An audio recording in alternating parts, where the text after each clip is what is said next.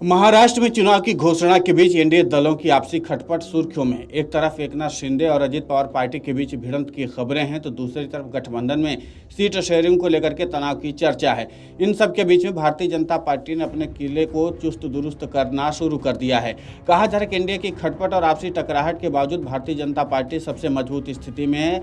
हरियाणा की जीत से उत्साहित बीजेपी ने महाराष्ट्र को लेकर के विनिंग फॉर्मूला भी खोज लिया है। महाराष्ट्र में बीजेपी मध्य प्रदेश मॉडल पर आगे का बढ़ रही है। 2023 के मध्य प्रदेश चुनाव में बीजेपी के खिलाफ इसी तरह की एंटी इनकम्बेंसी देखी गई थी, लेकिन पार्टी ने मतदान नजदीक आते आते ऐसा खेल किया कि कांग्रेस चित हो गई।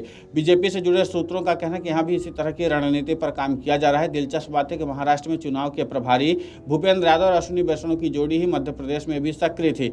दोनों को पार्टी ने लोकसभा के बाद महाराष्ट्र में भेजा है। भूपेंद्र भीतरघात को खत्म करने में माहिर माने जाते हैं। कहा जा रहा है कि बीजेपी के नेता मुंबई और विदर्भ में सबसे ज्यादा गुटबाजी में लगे हुए थे। भूपेंद्र लगातार इन इलाकों में बैठक कर रहे हैं।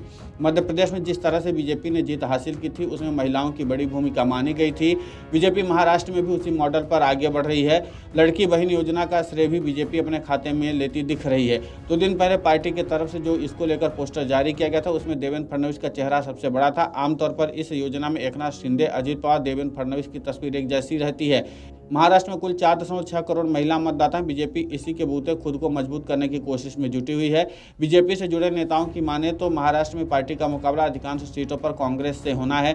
बीजेपी इस चुनाव में 160 सीटों पर चुनाव लड़ने के लिए तैयार है। कांग्रेस भी 110 सीटों पर चुनाव लड़ सकती है। कहा जा रहा है कि दोनों पार्टियों के बीच करीब 80 सीटों पर सीधा मुकाबला हो सकता है। मसलन विदर्भ, पश्चिमी महाराष्ट्र और बीजेपी और पश्चिमी महाराष्ट्र में बीजेपी और कांग्रेस के बीच मुख्य मुकाबला होना है। लोकसभा चुनाव में भी ऐसा ही हुआ था। बीजेपी ने इस बार इन इलाकों में कांग्रेस को ध्वस्त करने की रणनीति तैयार कर ली है। पार्टी हार्ड हिंदुत्व के साथ साथ विदर्भ में कांग्रेस के शासनकाल के मुद्दे को उठाएगी। विदर्भ इलाके में बीजेपी की मदद पर्दे के पीछे आरएसएस भी कर रही है। मुंबई और नागपुर में संघ और बीजेपी के बीच इसको लेकर के कई दौर की मीटिंग भी हो चुकी है। बीजेपी इस बार टिकट वितरण में भी सावधानी बरत रही। पार्टी ने सीट बंटवारे के साथ साथ जिताऊ उम्मीदवारों को भी फाइनल कर लिया है।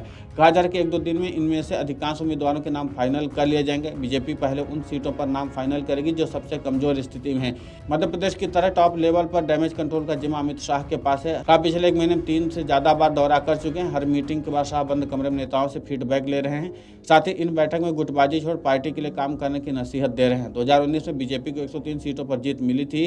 पार्टी उस वक्त शिवसेना के साथ सत्ता में थी। बीजेपी इसे चुनाव बचाने की कवायद में जुटी हुई है। 2024 के लोकसभा चुनाव में भी बीजेपी को महाराष्ट्र में तगड़ा झटका लगा है। लोकसभा चुनाव में पार्टी को 73 सीटों पर बढ़त मिली थी, लेकिन बीजेपी इसके बाद से ही डैमेज कंट्रोल करने में जुट गई है, क्योंकि बीजेपी को अब लगने लगा है कि अगर यहाँ पर महाराष्ट्र में एक बार फिर से अपनी सत्ता वापसी नहीं करते हैं तो जाहिर सी बात है कि फिर बीजेपी की साख भी दांव पर लगी हुई है। और इसी के साथ बीजेपी को यह भी संदेश देना है कि जिस तरीके से उन्होंने एकनाथ शिंदे को शिवसेना से तोड़ करके और एक बार फिर से नई सरकार बनाने की कवायद की थी, वो सब कुछ भी मैनेज करना है। इसीलिए बीजेपी के पास चुनौतियां सबसे ज्यादा हैं। Video desk amarujala.com। अगर आप ये वीडियो YouTube पर देख रहे हैं तो हमारे चैनल को सब्सक्राइब कर बेल आइकन दबाएं और Facebook पर देख रहे हैं तो हमारे पेज को लाइक करें। 8 मिलियन प्लस सब्सक्राइबर, आपके इस भरोसे के लिए बहुत धन्यवाद।